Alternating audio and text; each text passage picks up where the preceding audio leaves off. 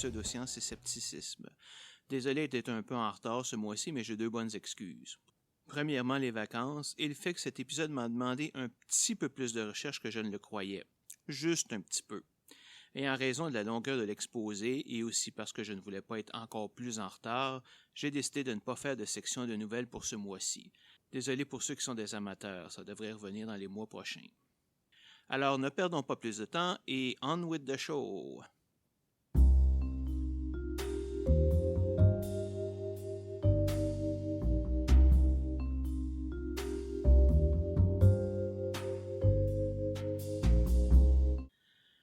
Depuis plusieurs années maintenant, l'environnement et le développement durable fait partie de notre vie et c'est une bonne chose. On ne peut pas nier les problèmes que l'industrialisation et l'urbanisation ont apportés, pollution de l'air et de l'eau, déforestation, réchauffement climatique, disparition de multiples espèces d'animaux, etc.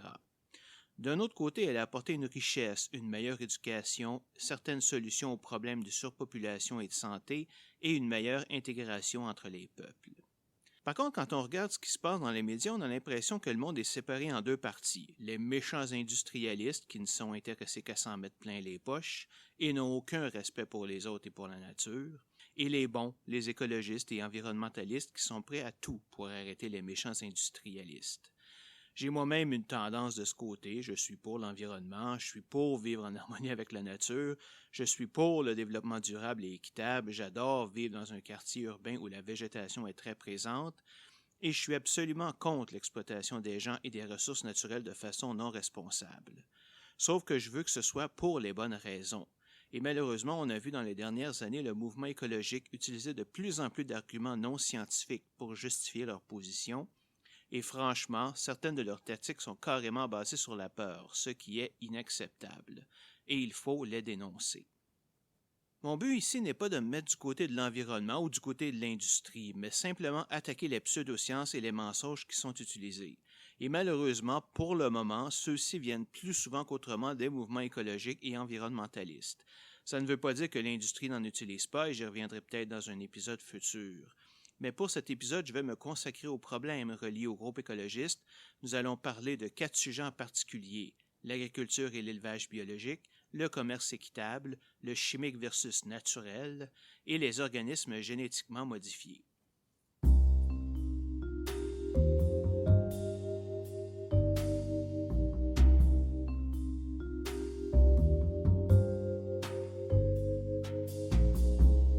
L'idée de vivre en harmonie avec la nature est un idéal auquel nous devrions tous aspirer, que ce soit pour le bien-être de la planète ou simplement pour notre plaisir et bien-être personnel.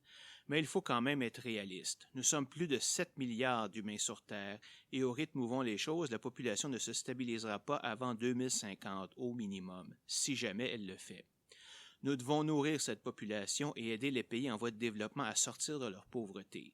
La plupart des écologistes comprennent cela, même si, comme pour à peu près toute cause, il y a des radicaux qui n'hésitent pas à préconiser des solutions ridicules comme une diminution forcée de la population, bien qu'ils ne se portent jamais eux-mêmes volontaires pour se sacrifier, évidemment. Mais ce ne sont qu'une infime minorité, et nous ne leur porterons aucune attention dans le reste de cet exposé. Ironiquement, il existe un moyen efficace de diminuer la population. Toutes les statistiques montrent que les pays développés ont un taux de naissance bien inférieur à celui des pays en voie de développement et même en deçà des 2,1 enfants par famille, assurant un niveau stable. Il suffirait donc d'aider les pays pauvres à s'industrialiser et ainsi assurer une meilleure distribution de la richesse. Mais évidemment, une telle industrialisation, comme on la voit en Chine, est inacceptable pour les groupes écologiques à cause de la pollution supplémentaire qu'elle entraîne. Et ils ont raison, la pollution en Chine est à un niveau très alarmant aujourd'hui. Nous nous trouvons ici en face d'une impasse et ne vous attendez pas à ce que j'aie la réponse miracle, elle n'existe pas. Et tous ceux qui prétendent en avoir une sont des imbéciles, s'ils sont honnêtes, ou des charlatans, s'ils sont malhonnêtes. La Chine elle-même a tenté de contrer le problème de la surpopulation en mettant en place en 1975 une politique d'un enfant par famille. Pour ce faire, l'âge minimum pour se marier a été mis à 22 ans pour les hommes et à 20 ans pour les femmes. De plus, de nombreuses femmes ont dû subir des avortements forcés ou même être carrément stérilisées. Ces pratiques barbares ont fonctionné, le taux de fécondité passant à 1,8 en 30 ans. Sauf que cela ne s'est pas fait sans conséquences.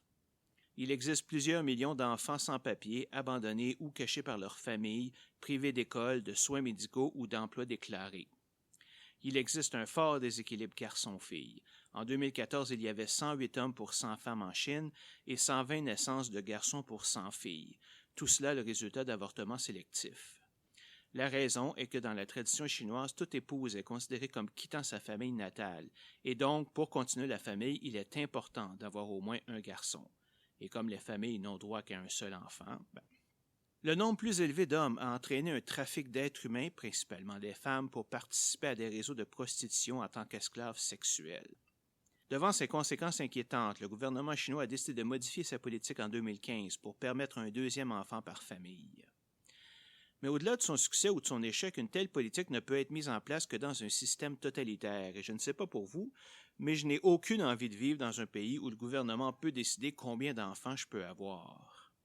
Mais alors, si on ne peut pas forcer la population à diminuer et que l'industrialisation ne peut être considérée à cause de la pollution, comment peut-on faire pour soutenir une population grandissante tout en vivant en harmonie avec la nature comme nos ancêtres? Avant de se poser une telle question, on doit cependant se demander si elle est valide, car elle assume que nos ancêtres vivaient en harmonie avec la nature. Mais n'est-ce pas là une vue rosée du passé? L'homme a-t-il déjà été vraiment en harmonie avec la nature? Un des mythes les plus persistants soutenus par le mouvement écologique est celui du noble sauvage, c'est-à-dire celui du chasseur-cueilleur qui vit dans sa hutte ou son village, qui ne prend que ce dont il a besoin et s'assure que la population des animaux puisse se maintenir.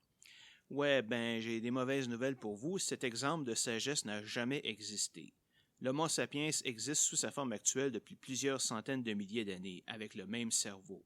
C'est pourquoi l'idée que l'humanité actuelle se divise en plusieurs races est scientifiquement fausse, car nos différences sont purement cosmétiques, que ce soit la couleur de la peau ou la forme du visage. Et dans toutes les sociétés humaines, il y a toujours eu exploitation du territoire et des ressources naturelles jusqu'à leur épuisement. Vous voulez un exemple du mythe de ces nobles sauvages? Très bien. Avez-vous déjà entendu parler du mastodon, du lion américain, du cheval américain? Probablement pas. Tous ces mammifères ont vécu en Amérique du Nord jusqu'à environ 11 000 ans, mais ils sont aujourd'hui tous disparus. Qu'est-ce qui a causé leur extinction? Deux causes principales, les changements climatiques causés par la fin de l'ère glaciaire et la surchasse faite par les premiers humains venus en Amérique 13 000 ans. Ces humains qui sont les ancêtres des civilisations amérindiennes, aztèques, incas, etc. Savez-vous c'est quoi la différence entre les civilisations de ce temps-là et celles d'aujourd'hui? Simplement, il y avait beaucoup moins de monde dans ce temps-là. Et quand un terrain était épuisé, on n'avait qu'à se déplacer un peu plus loin pour trouver un autre territoire vierge où le cycle se répétait. Le territoire épuisé, maintenant abandonné, pouvait ensuite se régénérer tranquillement. Aujourd'hui, il y a tellement de monde sur la Terre que seuls les coins vraiment inhospitaliers demeurent inhabités. Une autre différence est la technologie disponible. Certaines ressources demandent trop de connaissances ou de capacités techniques pour que nos ancêtres aient pu les exploiter. De même, plusieurs ressources ne l'étaient pas, simplement parce qu'on ne savait pas ce qu'on pouvait en faire. Pourquoi exploiter l'uranium, par exemple, si on n'avait pas de notion de science nucléaire? Aujourd'hui, ce besoin est présent et la technologie pour l'exploiter aussi.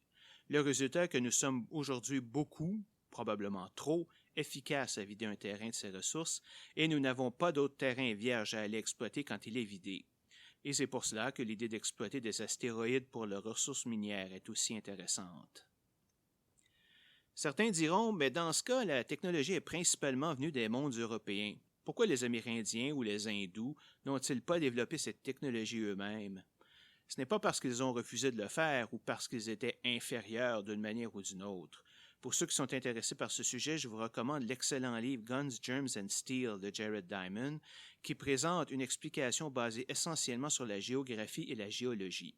Certaines de ces théories ne font pas l'unanimité dans le monde scientifique, mais il a eu le mérite de me faire comprendre qu'il y a plein de facteurs indépendants à l'humanité pour expliquer le développement des sociétés et qu'une civilisation dite plus évoluée n'implique absolument pas une supériorité des individus.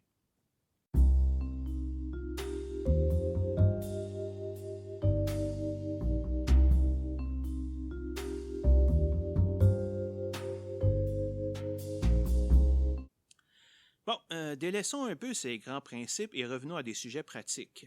Dans le reste de cet exposé, nous allons parler d'agriculture et d'élevage et exposer les mythes et pseudosciences utilisés par les groupes environnementaux.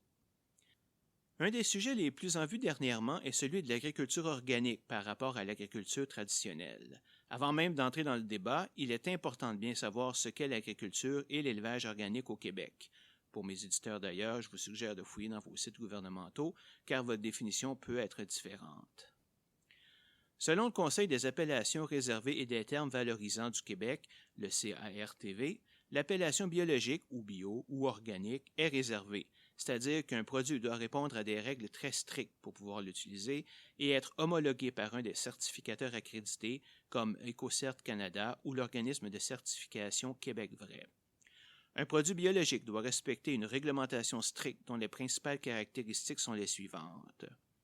Pour les cultures, on parle d'aucune utilisation de pesticides ni d'herbicides chimiques, pas de fertilisants de synthèse ni de boues d'épuration. On utilise à la place la rotation des cultures, l'usage d'engrais naturels et le compostage.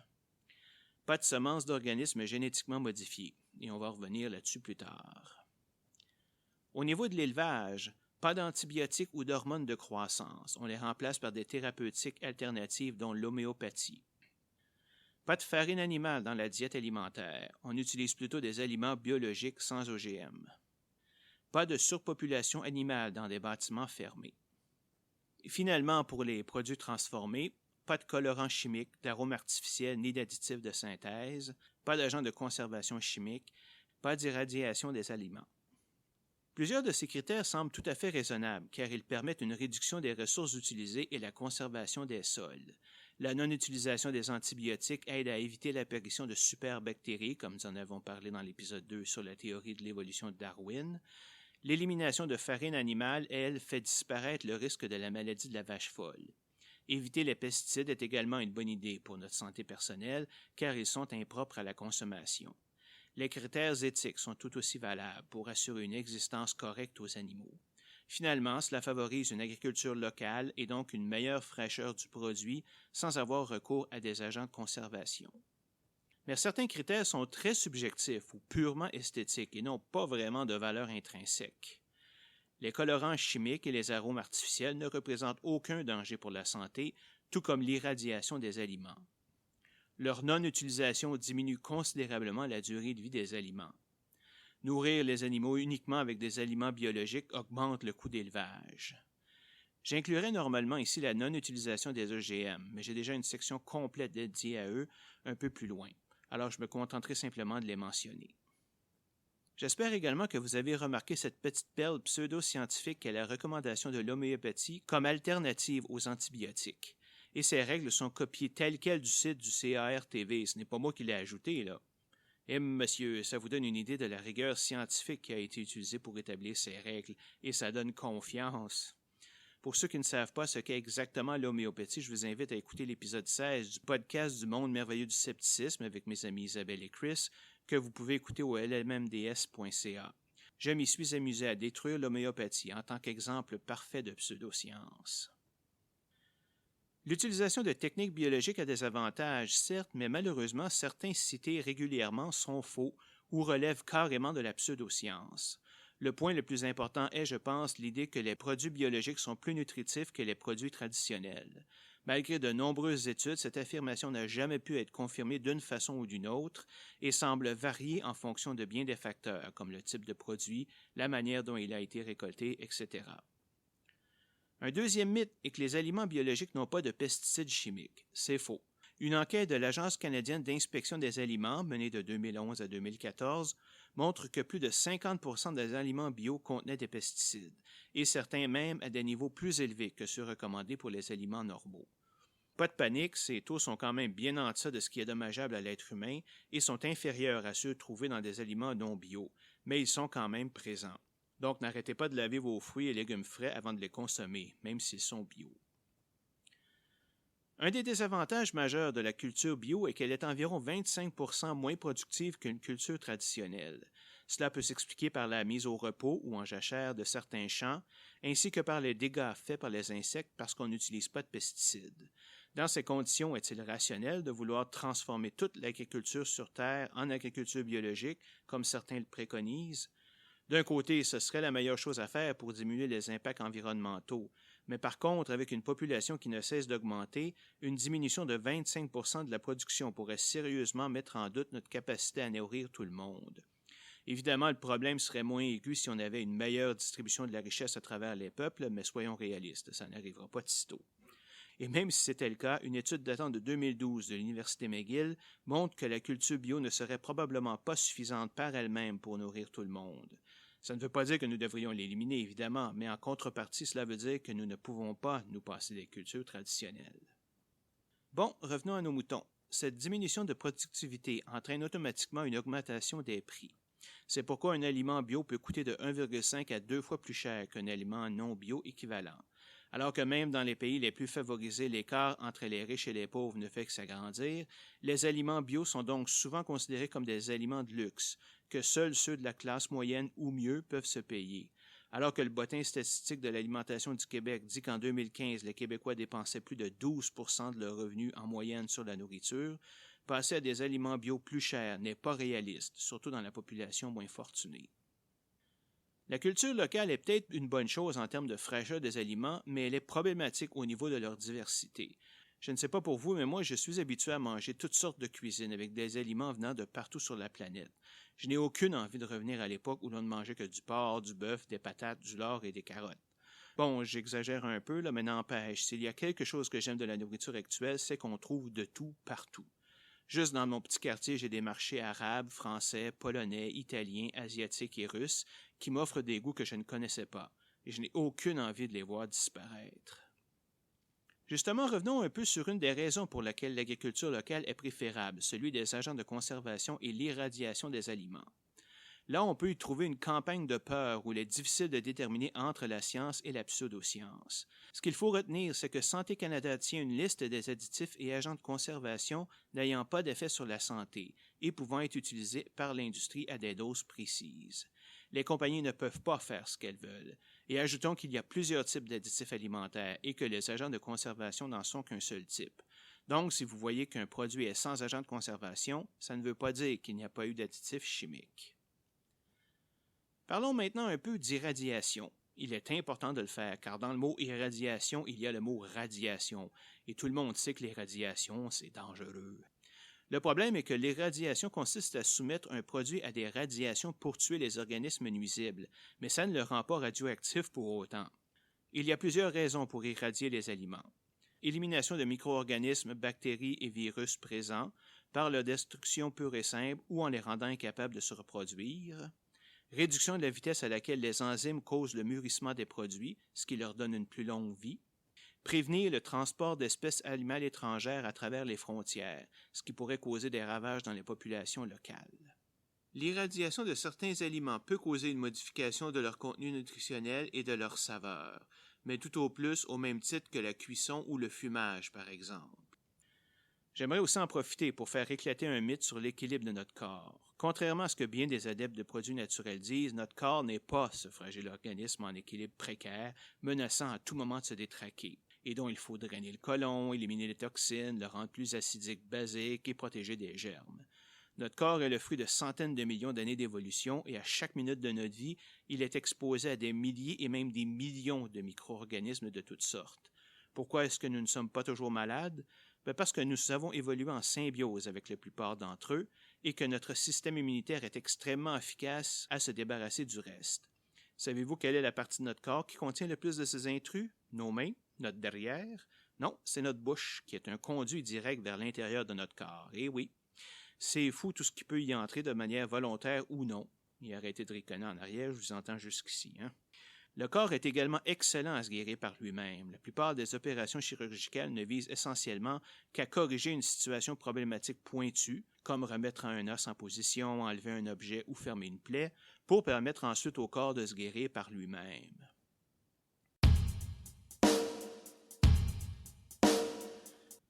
Concentrons-nous maintenant un peu sur l'élevage biologique. Une des prémices les plus importantes du mouvement biologique est d'éliminer, ou du moins réduire considérablement, la quantité d'antibiotiques et d'hormones de croissance chez les animaux.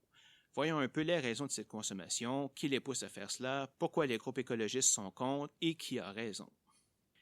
Les antibiotiques sont administrés chez les animaux pour deux raisons principales. Premièrement, comme pour les humains, prévenir et guérir les infections.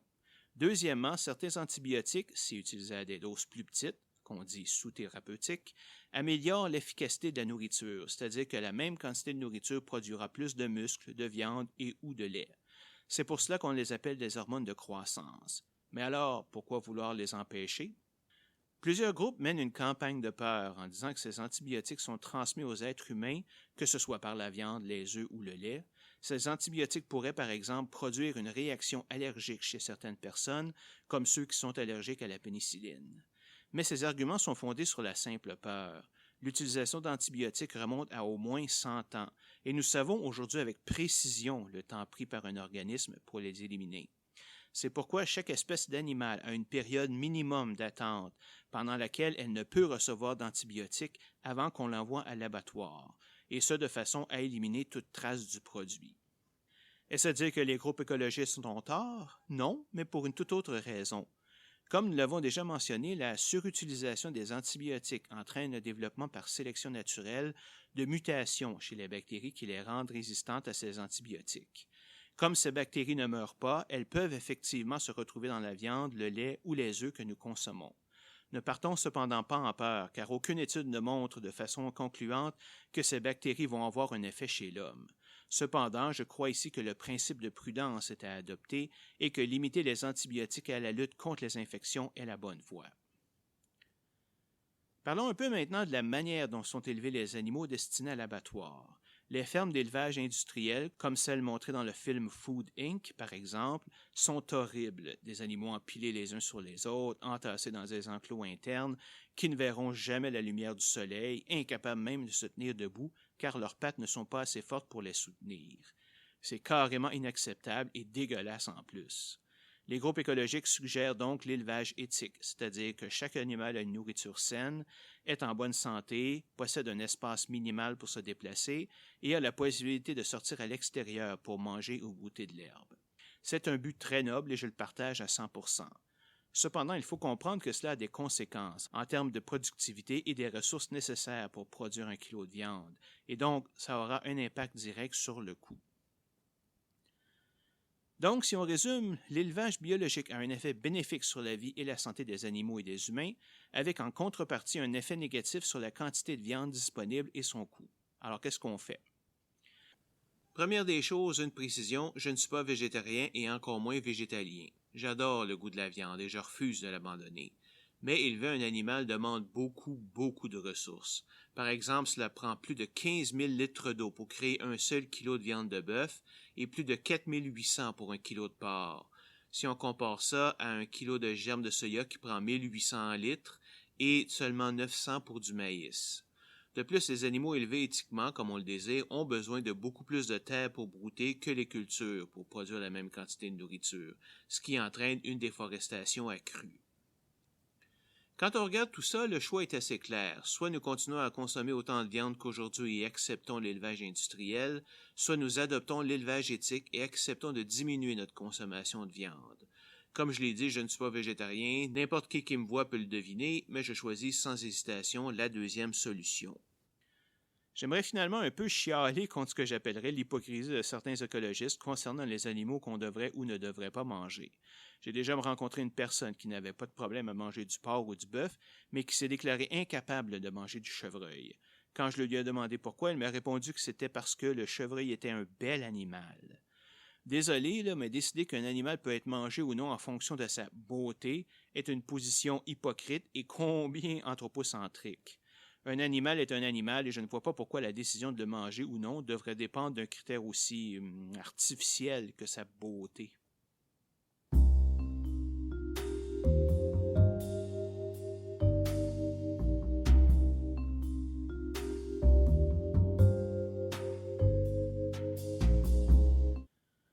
Passons maintenant à une deuxième appellation, celle de commerce équitable.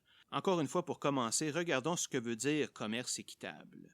Le regroupement FINE, FINE, a proposé la définition suivante du commerce équitable en 2001.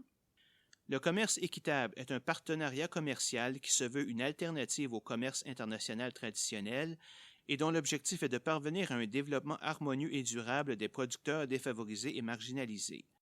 Pour cela, il offre de meilleures conditions commerciales en attirant l'attention du public et en menant des campagnes. Les objectifs du commerce équitable sont de améliorer les revenus et le bien-être des producteurs en leur facilitant l'accès au marché, en renforçant les organisations de producteurs, en leur garantissant un meilleur prix et en instituant une continuité dans les relations commerciales. Favoriser le développement des producteurs défavorisés et tout particulièrement les femmes et les personnes vivant dans la misère, et de protéger les enfants de l'exploitation dans le processus de production. Éveiller la vigilance des consommateurs sur les effets négatifs du commerce international sur les producteurs afin qu'ils se servent de leur pouvoir d'achat de manière positive. Créer des relations commerciales modèles à travers le dialogue, la transparence et le respect. Mener une campagne pour obtenir un changement dans les règles et les pratiques du commerce international conventionnel. Défendre les droits de l'homme en encourageant la justice sociale, les pratiques environnementales saines et la sécurité économique. De son côté, l'Organisation mondiale du commerce équitable a établi 10 normes devant être appliquées pour qu'un commerce puisse pouvoir se dire équitable. Il doit créer des opportunités pour les producteurs qui sont économiquement en situation de désavantage par les marchés traditionnels. Il doit supporter la transparence et la responsabilité. Il doit favoriser la capacité individuelle en permettant aux entreprises d'améliorer leur gestion et leur donner accès à de nouveaux marchés. Il doit promouvoir le commerce équitable auprès des gouvernements et du grand public. Il doit favoriser le paiement d'un prix juste. Il doit respecter la Convention des Nations unies sur le travail des enfants. Il doit appliquer de meilleures pratiques environnementales et l'application de méthodes responsables de production. Il doit établir des relations de commerce en tenant compte du bien-être social de tous ceux impliqués. Notez qu'il n'y a aucune norme concernant les employés des producteurs ou sur les transporteurs et distributeurs, ce qui permet quand même certains abus. Le but du commerce équitable est donc très noble et est probablement l'une des méthodes les plus éthiques pour diminuer la différence de richesse entre les pays. Tout n'est pas rose, évidemment. Certaines critiques disent que le commerce équitable, tel que défini par Finn, retarde le développement de la souveraineté alimentaire des nations en se concentrant sur des produits intéressant surtout les pays riches. C'est peut-être vrai, mais c'est déjà le cas avec le commerce typique aujourd'hui. Aussi, certains instituts soutiennent que le commerce équitable est l'équivalent d'une subvention et que donc plusieurs fermiers délaissent des cultures non équitables nécessaires, mais moins payantes, au profit de cultures équitables, ce qui va entraîner une surproduction, une chute des prix et une pénurie du produit abandonné. Mais tout ça, c'est à un niveau abstrait. Si je vais chez un marchand de Montréal et m'achète un produit dit équitable, qu'est-ce que ça veut dire? La vérité est là, c'est que ça ne veut pas dire grand-chose. Équitable n'est pas une appellation contrôlée ici, tout le monde est libre de la mettre où il veut. Pour corriger la situation, quelques organismes de certification sont apparus dans les dernières années, mais comme il n'y a pas de normes, chacun d'eux a ses propres critères de certification et donc sa propre crédibilité. Équiterre suggère 5 critères à considérer pour établir la crédibilité d'une organisation de certification. La démocratie, c'est-à-dire qu'elle réunit des producteurs, des consommateurs, la société civile et l'industrie. La transparence, qui permet une bonne communication et nous fournit les moyens de vérifier que les critères de certification ont été respectés par les partenaires. Le contrôle, qui permet de juger si l'organisme de certification fait ce qu'elle est supposée faire et applique ces critères correctement. La reconnaissance du milieu, qui s'assure que l'organisation est reconnue comme compétente dans son milieu. La résilience, qui assure que l'organisation est capable de réagir aux imprévus, répondre aux critiques et proposer de nouvelles idées. Pour vous aider, Équiterre a aussi publié à ce sujet en 2010 un excellent pamphlet intitulé « L'éthique derrière l'étiquette » qui présente une analyse complète des 6 certifications les plus utilisées au Canada en fonction de qui doit la respecter, de quel secteur elle couvre, ici on parle de production, manutention, transport, distribution, etc., et de l'impact sur l'environnement, le social et les relations commerciales. Je vous invite à le consulter sur leur site équiterre.org.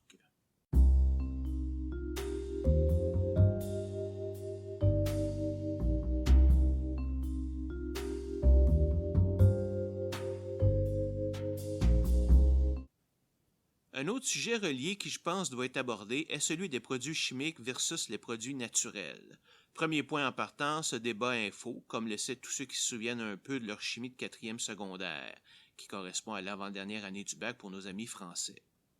Tout est chimique. Toute matière est composée d'atomes qui interagissent ensemble et forment des molécules. En fait, le choix devrait plutôt se définir entre molécules naturelles et molécules de synthèse, c'est-à-dire produites en laboratoire. De nombreux granolas nous répètent depuis plusieurs années que les produits chimiques, ou plutôt de synthèse, sont mauvais pour la santé, alors que les produits naturels sont par définition bons parce qu'ils viennent de la terre. Je ne pense pas qu'ils sont assez stupides pour croire que tout ce qui est naturel est bon pour la santé. Le curare est un produit naturel, tout en étant un poison extrêmement virulent. Je vais leur donner le bénéfice du doute et considérer leur point de vue comme celui de privilégier un produit naturel à un produit synthétique lorsque les deux sont disponibles. Pourtant, si on leur demande pourquoi le produit naturel est meilleur que le produit synthétique, alors là, attendez-vous à avoir soit un simple balbutiement, soit une pluie d'anecdotes, d'intuitions et de pseudosciences. Mais qu'en est-il vraiment? Premièrement, il n'y a aucune différence entre une molécule X produite en laboratoire et une trouvée dans la nature. Une molécule d'eau, formée d'un atome d'oxygène et de deux atomes d'hydrogène, sera absolument identique, peu importe si on le trouve dans une rivière ou si elle est produite dans une fiole. Deuxièmement, les médicaments viennent très souvent de plantes qui ont été utilisées dans le passé comme remède et dont on a réussi à extraire la molécule médicamenteuse active. Mais vous me direz, dans ce cas, si la molécule est disponible dans la nature, pourquoi la créer en laboratoire? Mais pour plusieurs raisons. Premièrement, la dose d'un médicament dans une plante varie grandement d'une plante à l'autre. Il est donc très dur de contrôler la dose prise et vous savez aussi bien que moi que certains médicaments sont dangereux ou inefficaces si on n'en prend pas la bonne quantité. Ce problème n'existe simplement pas avec les molécules synthétiques. Deuxièmement, dans une plante, une molécule médicinale peut venir avec d'autres molécules plus dangereuses. La synthétisation élimine toutes ces molécules étrangères et ne garde que l'élément actif. Troisièmement, il est beaucoup plus rapide et moins cher de produire un médicament en laboratoire que de faire la culture des plantes. Quatrièmement, il est possible de créer et étudier des variantes de la molécule de synthèse pour voir si elles sont encore plus efficaces. Le troisième point à apporter est qu'en laboratoire, il est possible de créer de nouvelles molécules. Et je pense que c'est là que le bas blesse pour les amateurs de produits naturels, car pour eux, ce sont des molécules qui ne sont pas naturelles. Mais c'est faux. Si on réussit à créer une nouvelle molécule en laboratoire, c'est qu'elle était au moins potentiellement possible dans la nature, et donc répond à toutes les lois naturelles. Pourquoi est-ce qu'elle n'existe pas dans la nature? Ça, je n'en sais rien. Peut-être est-ce le fruit du hasard, peut-être qu'elle a été absorbée par une autre molécule plus complexe, ou peut-être elle existe et simplement on ne l'a pas encore découverte, ou peut-être qu'elle existe sur une autre planète, juste pas sur la Terre. Tout ce que je peux dire, c'est que ça n'en fait pas une molécule contre nature pour autant. Un autre argument apporté contre ces molécules inventées et aussi utilisées contre les OGM que nous aborderons dans la prochaine section est qu'on ne les a pas suffisamment testées pour connaître leurs effets à long terme sur la santé. À cela, je répondrai, savez-vous le temps et l'argent nécessaires pour tester un nouveau médicament? Plusieurs années, généralement entre 12 et 18 ans. 4 phases de tests bien distinctes existent, allant de quelques dizaines à quelques milliers de participants. Les critères sont si stricts qu'en 2010, seulement 18% des produits en phase 2 ont été approuvés pour passer en phase 3 et 50% des produits en phase 3 ont été approuvés pour être vendus. Pour être accepté, un produit doit non seulement fonctionner, mais fonctionner mieux que le médicament actuellement utilisé pour traiter le problème. Et même lorsqu'un médicament a été mis en circulation, les tests se poursuivent en phase 4 pour un minimum de 2 ans. Bien sûr, aucun processus n'est parfait et oui, il y a déjà eu des retraits de médicaments et des restrictions d'utilisation, mais considérant le nombre de médicaments existants, ce nombre est très petit, seulement 35 par la Food and Drug Administration américaine depuis les années 70. Je pense qu'en grande majorité, cette séparation entre produits naturels et de synthèse tient plus de l'ignorance. Certains groupes écologiques utilisent la bonne conscience et l'ignorance des gens pour leur inculquer une peur irrationnelle. Je n'ai qu'à mentionner une expérience menée lors d'une marche pour l'écologie, pendant laquelle plusieurs dizaines de personnes ont accepté de signer une pétition pour bannir le monoxyde de dihydrogène, autrement dit l'eau, après qu'on leur en ait listé tous les méfaits. Elle est partout, dans tous les aliments, et on peut en mourir si on en consomme trop. Ce qui est techniquement vrai, mais aussi de la manipulation pure et simple, parce qu'on ment par omission. On ne mentionne pas le fait qu'on en a tout simplement absolument besoin pour survivre.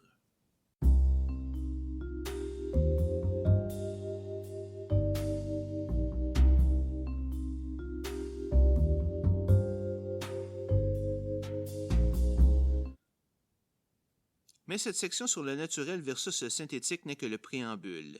Il est maintenant temps de parler de l'éléphant dans la salle, comme ils disent en anglais, les organismes génétiquement modifiés.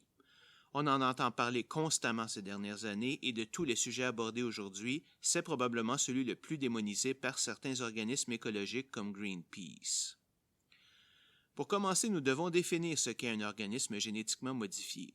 La Commission de l'éthique en sciences et en technologie du Québec définit un organisme génétiquement modifié comme un micro-organisme, une plante ou un animal dont le patrimoine génétique a été modifié par génie génétique pour lui attribuer des caractéristiques qu'il ne possède pas du tout ou qu'il possède déjà mais à un degré jugé insatisfaisant à son état naturel, ou pour lui enlever ou atténuer certaines caractéristiques jugées indésirables. Un gène, quant à lui, est une séquence d'ADN qui contient les instructions pour construire les protéines dont le corps a besoin. La méthode utilisée pour modifier les gènes d'un organisme s'appelle la transgénèse. Ces précisions sont importantes. De tout temps, l'humain a modifié son environnement pour le rendre plus adapté à ses capacités et besoins.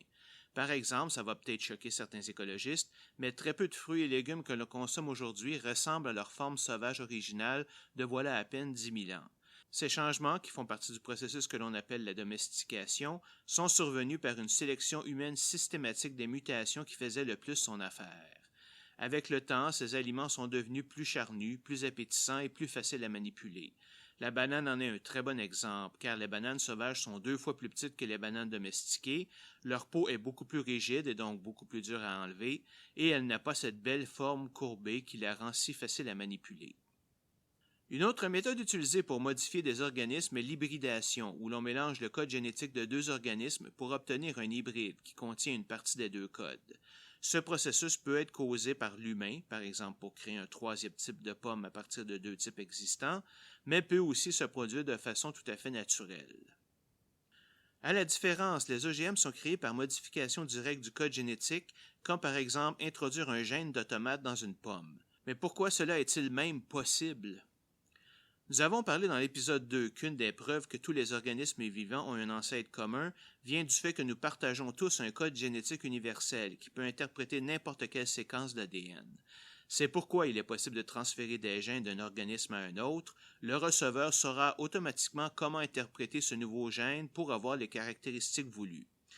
Bon, évidemment, ce n'est pas si simple car il n'y a jamais de certitude sur la manière dont un gène va être exprimé dans la vraie vie, et c'est pour cela que la recherche est si longue, laborieuse et coûteuse. Il existe 6 grandes catégories de gènes qu'on peut introduire ou modifier dans un organisme. Premièrement, le gène marqueur qui ne modifie pas l'organisme mais permet plutôt de l'identifier. Par exemple, mettons qu'on mélange les gènes de plusieurs organismes, mais tout en voulant être capable d'identifier ceux venant d'un organisme précis. Eh bien, on va les marquer, c'est-à-dire les modifier de façon à ce qu'ils soient reconnaissables, mais sans changer leurs propriétés. Deuxièmement, les gènes de résistance pour rendre un organisme résistant aux insectes ou aux mauvaises herbes, ou les rendre tolérants à un pesticide. Troisièmement, les gènes de stérilité qui permettent ou non la reproduction d'un organisme. Quatrièmement, les gènes antisens qui bloquent en tout ou en partie la traduction d'autres gènes. Cinquièmement, les gènes rapporteurs, utilisant en recherche et permettant de déterminer certaines informations sur d'autres gènes auxquels ils ont été fusionnés. Sixièmement, la production en grande quantité de protéines, comme l'insuline ou les hormones de croissance. Comme seules les catégories 2, 3 et 4 ont un impact sur l'alimentation, c'est sur elles que nous nous concentrerons ici.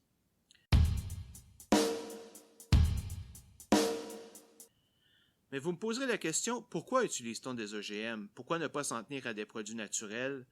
Il y a des avantages, évidemment, autant au niveau de notre santé que de l'environnement. Premièrement, au niveau de la santé, l'utilisation de plantes résistantes aux insectes et aux mauvaises herbes entraîne une diminution de la quantité d'insecticides et d'herbicides chimiques nécessaires. Elle diminue également la moisissure sur le maïs, qui peut provoquer des intoxications plus ou moins graves. Il est possible d'ajouter des substances nutritives additionnelles à des organismes qui en manquent. Par exemple, on peut créer des aliments plus nutritifs en ajoutant du bon gras ou de la vitamine ou du fer. De nombreux pays en voie de développement dépendent du riz, qui par sa nature est pauvre en vitamine A, et donc leur population souffre de nombreux problèmes de vision. Ils pourraient donc profiter d'un riz enrichi à la vitamine A pour les aider. C'est ce qu'on appelle le riz doré. Production d'aliments moins allergènes qui diminuent les risques de réactions allergiques. Au niveau de l'environnement, on peut noter une diminution des pesticides, évidemment, diminution de la quantité de travail nécessaire pour une récolte, car les plantes en font maintenant une bonne partie, utilisation de pesticides moins toxiques. Tout cela cause une augmentation de la production agricole tout en diminuant son coût. La situation est un peu ironique car plusieurs de ces raisons sont les mêmes que celles utilisées pour justifier l'agriculture biologique. La différence est que les OGM n'ont pas plusieurs des désavantages à la production biologique, comme la diminution de la production, bien au contraire. Une méta-analyse de chercheurs de l'Université de Göttingen en Allemagne sur 147 études originales publiées entre 1995 et 2014 montre que l'adoption d'OGM a permis de diminuer l'utilisation de pesticides chimiques de 37% et d'augmenter les rendements de production de 22%. Le coût de production est demeuré stable en raison du coût plus élevé des grains, mais la meilleure production a permis d'augmenter le profit des cultivateurs de 68%. L'amélioration dans les pays pauvres est encore plus marquée, 14% de plus que dans les pays développés, car les insectes et les mauvaises herbes y sont un problème encore plus important. Finalement, et un point très important, l'étude montre que la source du financement d'une étude n'a pas d'influence significative sur ses résultats. Ce que ça veut dire, c'est que les études payées par l'industrie ne sont pas plus positives envers les OGM que celles commandées par des organismes indépendants. Mais alors, si tout semble si rose, pourquoi y a-t-il tant de controverses sur l'utilisation d'OGM? Vous avez des organismes de défense de la nature comme Greenpeace qui démonisent littéralement les OGM, ce qu'ils appellent les Frankenfood, en référence au monstre de Frankenstein. Ils disent que ce sont des aliments qui ne sont pas naturels et dont on ignore les effets sur la santé de l'humanité à long terme. Le problème avec cette campagne est qu'elle fonctionne, et maintenant vous avez non seulement des pays riches qui les refusent, y compris 19 pays européens dont la France et l'Allemagne, mais vous avez aussi des pays pauvres comme la Bolivie, le Pérou, le Kenya et le Zimbabwe, alors qu'eux, ils en auraient vraiment bien besoin. Si vous me permettez une petite montée de lait, je pense que cette attitude est ce que je déteste le plus à propos de Greenpeace. Ça n'en a peut-être pas l'air, mais je suis d'accord avec plusieurs de leurs points de vue. Par contre, pour les OGM, je les trouve tellement hypocrites et égocentriques. Oh, l'agriculture traditionnelle est mauvaise et nous devrions revenir à des pratiques plus naturelles. Quoi? Cette production naturelle n'est pas suffisante pour nourrir toute la planète? Non, ça ne nous concerne pas car nous sommes tous des privilégiés vivant dans des pays développés et ce futur manque de nourriture ne nous touchera pas. Quoi? Il y aurait une solution en introduisant des OGM qui augmenteraient la production? Wesh, pas dans mon assiette. C'est sûr que ces produits artificiels ne peuvent pas être bons pour la santé. Quoi, ils ont été testés pendant des années et de multiples études montrent qu'ils sont sans danger? Voyons, vous savez bien que tous ces méchants scientifiques sont tous à la solde de la grosse industrie. Je suis sûr qu'ils nous cachent quelque chose. Non, je préfère ne pas prendre de chance et je refuse les OGM. Qui se soucie que des millions de personnes meurent de famine dans les pays pauvres? Cela ne me touche même pas directement.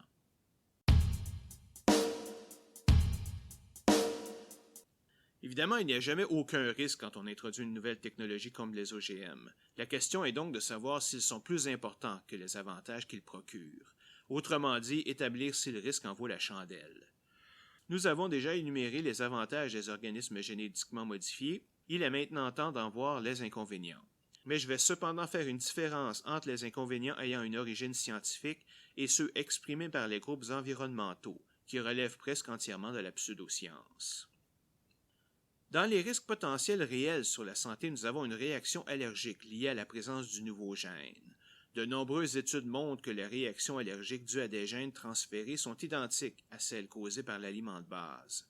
Par exemple, quelqu'un qui est allergique à la tomate et qui mange une cerise qui a reçu un gène d'une tomate aura une réaction allergique. C'est une situation que l'on désire éviter, et c'est pourquoi aujourd'hui aucun gène ayant un potentiel allergène n'est utilisé dans la transgénèse. Mais ça ne veut pas dire que ce ne sera pas fait dans le futur, et à ce moment-là, il faudra soigneusement identifier et étiqueter en conséquence les aliments touchés. Un deuxième risque potentiel serait que de faire consommer des OGM à des animaux pourrait poser des risques pour leur santé et donc pour la nôtre lorsque nous les mangeons. Pour vérifier cette affirmation, des études ont été menées au Canada, aux États-Unis, au Japon et dans l'Union européenne. Elles ont trouvé que la valeur nutritive des grains transgéniques est la même que celle des grains traditionnels. Les animaux n'ont pas de problème à digérer l'ADN et la protéine ajoutée par les grains OGM. La diète à base d'OGM a les mêmes effets en termes de taux de croissance, de risque d'intoxication et de réaction allergique sur les animaux qu'une diète non OGM. Il n'y a aucune trace de gènes OGM dans le lait, les œufs et la viande venant d'animaux ayant été nourris avec des OGM. Aucun effet négatif n'a été signalé chez des millions de personnes aux États-Unis, au Canada et en Argentine ayant consommé des produits dérivés d'animaux nourris avec des OGM. Un troisième risque est que l'utilisation d'OGM entraîne une perte de valeur nutritive pour certains aliments, notamment en créant des substances supplémentaires qui nuiraient à l'absorption des éléments comme les vitamines et le fer.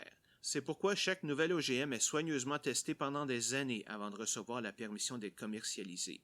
Si un tel effet est détecté, l'OGM est immédiatement rejeté.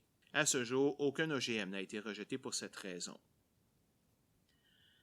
Il y a finalement un quatrième type de risque pour la santé, et celui-là est assez large. Il s'agit des effets non prévisibles de l'insertion d'un gène dans un organisme. Il y a 4 catégories d'effets possibles. Les modifications relatives à l'expression d'un ou de plusieurs gènes, le changement au métabolisme de la plante à cause de la présence d'une nouvelle protéine créée par le gène transféré, les modifications relatives à la composition de la plante et les modifications relatives à la valeur nutritive de la plante. Là, vous me direz, si ces modifications sont imprévisibles et peuvent être pratiquement n'importe quoi, comment peut-on s'assurer qu'elles ne se produiront pas? Évidemment, c'est un problème réel et en tant que tel, plusieurs méthodes sont utilisées pour les détecter, basées sur des méthodes de profilage moléculaire. Elles ne sont pas parfaites, mais quand on les combine à des tests sur une longue période de temps, on arrive à des résultats très satisfaisants. Du côté de l'environnement, un des effets possibles est que l'utilisation d'OGM pourrait mener à une diminution des insectes, même les non nuisibles, dans les champs cultivés. On leur attribue souvent la diminution importante du nombre d'abeilles en Amérique du Nord. Il est vrai que la population d'abeilles a décliné très rapidement dans la dernière décennie, et c'est une situation qu'il faut absolument corriger. Mais les OGM sont-ils responsables? Une étude de l'Université d'Harvard montre qu'un certain type d'insectes, les néonicotinoïdes, peuvent causer l'effondrement d'une colonie d'abeilles, alors qu'une deuxième étude montre que l'utilisation de néonicotinoïdes sur les plantes est devenue pratique courante dans les 10 dernières années en complément aux OGM. Et en passant, c'est une pratique qui n'est pas supportée par les autorités publiques. Mais ça n'a rien à voir avec les OGM eux-mêmes. Aucun d'entre eux n'est basé sur l'utilisation de néonicotinoïdes. Tout au plus, l'utilisation d'herbicides permis par les plantes résistantes, comme le Roundup, ont entraîné une diminution de la variété des herbes présentes, ce qui en retour fait diminuer le nombre de pollinisateurs nécessaires, mais ça ne cause pas leur mort directement. En fait, pour prévenir la mort des abeilles, il faudrait simplement arrêter l'utilisation massive d'insecticides, en particulier les néonicotinoïdes, qui ne sont plus nécessaires justement à cause des OGM. Voilà pour les problèmes qui ont au moins une apparence sérieuse. Passons maintenant aux arguments avancés par plusieurs groupes qui ne connaissent rien à la science. Et vous allez voir, il s'agit des mêmes types d'arguments utilisés par les opposants de la vaccination et des conspirationnistes en général. L'ingénierie génétique est quelque chose de radical. À part le simple fait de dire que je ne vois pas ce qu'on veut dire par radical, les humains ont fait de la manipulation génétique depuis le tout début de l'agriculture, comme nous l'avons déjà mentionné. Il n'y a donc rien de radical à ça. Les OGM sont trop nouveaux pour qu'on connaisse leurs effets à long terme. Je ne sais pas. Est-ce que 40 ans, c'est trop nouveau? La pratique des OGM a débuté vers la fin des années 70 et les premiers produits ont été commercialisés en 1994. Voilà donc plus de 22 ans. Depuis, plus de 1800 études aux États-Unis seulement ont été publiées sur leurs effets et le consensus scientifique est que les OGM ne sont ni plus ni moins dangereux que les organismes naturels. La plupart des études sur les OGM sont financées par l'industrie, un argument tiré directement des théories de conspiration. Les études viennent de milliers de sources différentes de dizaines de pays, des personnes de l'industrie, oui, mais aussi des gouvernements, des universités et des organismes non gouvernementaux, et sont faites par des milliers de scientifiques. Imaginez qu'une industrie puisse contrôler un ensemble aussi nombreux et disparate tient carrément de la paranoïa. Les fermiers ne peuvent replanter des graines génétiquement modifiées. Cette peur est venue avec le développement de grains terminators, c'est-à-dire incapables de se reproduire. Sauf que ces grains n'ont jamais été utilisés dans leur commerce, et d'ailleurs Monsanto, qui les a créés, a fait une promesse formelle que ces grains ne seront jamais utilisés. Les firmes se contentent simplement de signer des ententes avec les agriculteurs pour les empêcher de replanter les grains, pour protéger leurs sources de revenus et leur propriété intellectuelle. On peut être ou ne pas être en accord avec cette méthode, mais ça n'a rien à voir avec le grain lui-même. En parlant de propriété intellectuelle, un organisme génétiquement modifié est la propriété intellectuelle de la compagnie qui les crée. Cela cause beaucoup de problèmes pour bien des gens qui voient mal comment une compagnie peut profiter une partie de la nature, et je comprends leur point de vue. Je le partage même un peu. Mais tant que la situation ne change pas, je suis désolé, mais les compagnies ont tout à fait le droit de protéger leur propriété intellectuelle. Il y en a qui vont dire qu'elles profitent de la situation pour exploiter les agriculteurs en leur vendant leurs grains année après année. Ben oui, bienvenue dans le monde du capitalisme. Pourtant, vous ne chialez pas quand une compagnie vous vend son lait semaine après semaine. Pourquoi les producteurs de grains devraient-ils être traités différemment? D'ailleurs, plusieurs agriculteurs sont parfaitement d'accord avec cette pratique, car la récolte et la conservation des grains pour la prochaine année leur demanderaient trop de ressources. Ils préfèrent acheter à chaque année les grains dont ils ont besoin. Et si jamais ils ne veulent pas acheter de nouveaux grains à chaque année, ils n'ont qu'à utiliser des grains non modifiés. Les OGM causent des allergies, le cancer, la perte d'érection et le trafic constant sur l'autoroute 20. J'ai déjà mentionné que les études montrent que les OGM sont sécuritaires, mais j'aimerais revenir sur une étude française datant de 2012, celle du biologiste Gilles-Éric Seralini de l'Université de Caen. Publiée dans le journal Food and Chemical Toxicology, elle montrait une augmentation du risque de tumeur chez les rats ayant été nourris avec des plantes génétiquement modifiées pour être tolérantes au Roundup, un herbicide. Cette étude a été immédiatement dénoncée par la communauté scientifique, les gouvernements et les organismes de santé publique en raison de sa méthode trompeuse et ses conclusions frivoles, entre autres. L'étude s'est faite sur un nombre beaucoup trop petit de rats, ce qui fausse les résultats statistiques. La race de rat utilisée a une propension à développer des cancers, ce qui rend la capacité de distinguer entre une tumeur naturelle et une tumeur causée par un OGM impossible. Aucune information n'est donnée sur la quantité de nourriture donnée et le taux de croissance des rats, qui peuvent avoir un effet sur le développement du cancer. En clair, il était simplement impossible de déduire qu'une augmentation du nombre de cancers s'était produite et qu'elle était bien causée par les OGM. En novembre 2013, devant le refus des auteurs de rétracter l'étude, le journal le fait de façon unilatérale. Bien que selon eux, il n'y ait aucune évidence de fraude ou de mauvaise représentation intentionnelle des données, celle-ci n'était pas concluante et l'étude ne respectait pas les hauts standards de publication de la revue. On se demande alors pourquoi ils l'ont publié originalement dans ce cas-là. Les OGM encouragent la monoculture. La monoculture est la pratique de ne cultiver qu'un seul aliment par champ, toujours le même année après année. Elle n'est pas recommandée car elle peut mener à l'apparition de pathogènes et de pestes qui s'attaquent directement aux grains cultivés. C'est vrai que dans la dernière décennie, il y a eu une recrudescence de cette pratique, mais encore une fois, le problème n'est pas relié aux OGM. Il vient simplement du fait que la demande pour les différentes cultures n'est pas identique et donc que simplement remplacer une culture par une autre n'est pas une chose logistiquement facile à faire. Les agriculteurs préfèrent en général la simplicité de la monoculture et l'utilisent, peu importe si le grain semé est un OGM ou non. Finalement, le dernier, les OGM contiennent des gènes venant de certains animaux, dont les méduses.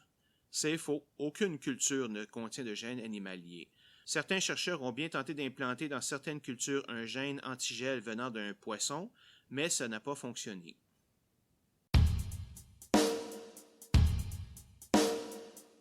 La dernière controverse sur les OGM que j'aimerais discuter concerne l'étiquetage. Aujourd'hui, au Québec et au Canada, il n'est pas nécessaire d'afficher si un produit vendu contient des OGM. Par contre, plusieurs groupes de pression demandent à ce que ça devienne obligatoire, et le nouveau Parti démocratique contient même dans sa plateforme politique un projet en ce sens. Le ministre libéral de l'Agriculture, des Pêcheries et de l'Alimentation du Québec prépare un projet de loi qui serait déposé en 2017, le rendant obligatoire. Avec le Vermont, qui a rendu l'étiquetage obligatoire cette année, le ministre espère convaincre l'Ontario d'adapter le même point de vue et de former une base pour déployer cette politique dans le reste de l'Amérique du Nord. Même l'Union des producteurs agricoles a donné son accord à ce principe en avril 2016, bien qu'elle soulève quand même quelques problèmes au niveau des coûts et de l'identification de ce qu'est un OGM. Par exemple, si une vache a des OGM dans son alimentation, est-ce que sa viande et son lait doivent être considérés comme des OGM ou non? Par contre, il y a plusieurs groupes qui, au contraire, disent que cet étiquetage n'est non seulement pas nécessaire, mais pourrait être nuisible. À première vue, ça me surprend un peu, je vois mal en quoi avoir le plus d'informations possible pourrait être nuisible. Alors finalement, pourquoi étiqueter? D'un point de vue scientifique, nous savons qu'il n'y a pas de danger dans les OGM. Alors on parle ici essentiellement de transparence et d'honnêteté. Je dis ça comme ça, mais je ne veux pas laisser entendre que c'est sans importance. Il est important que les gens sachent ce qu'ils consomment.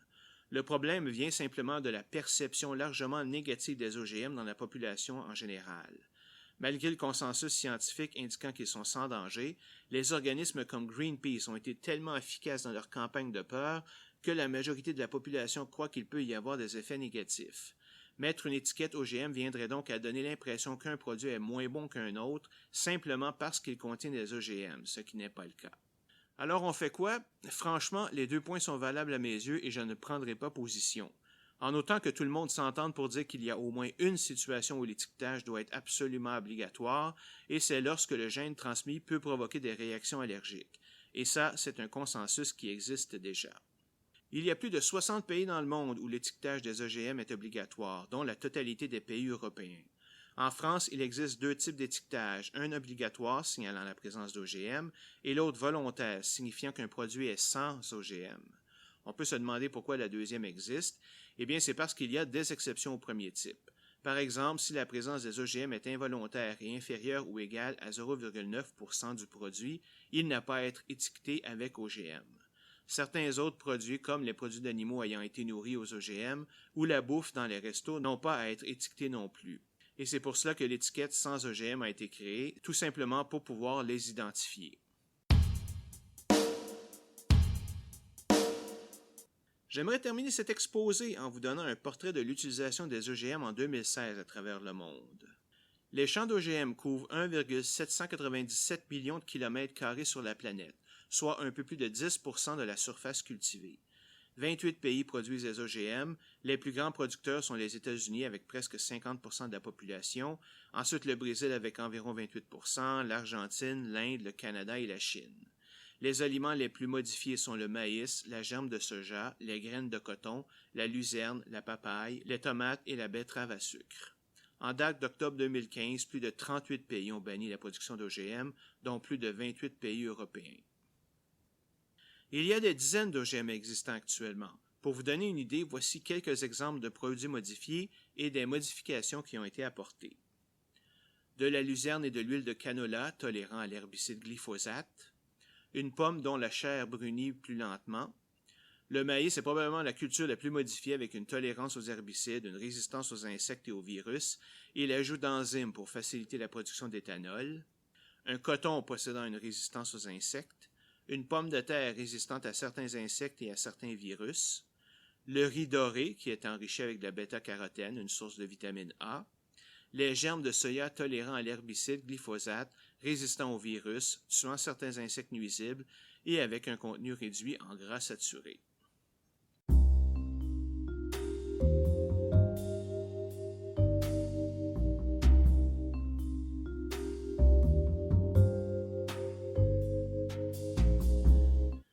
Bon, ça termine notre épisode pour ce mois-ci. J'espère avoir pu vous intéresser avec un sujet quand même un peu aride, mais qui est d'actualité.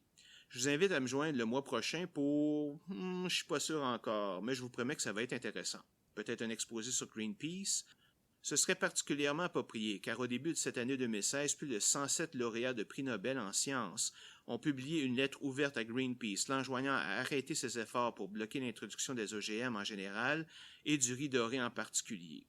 On verra bien. À la prochaine.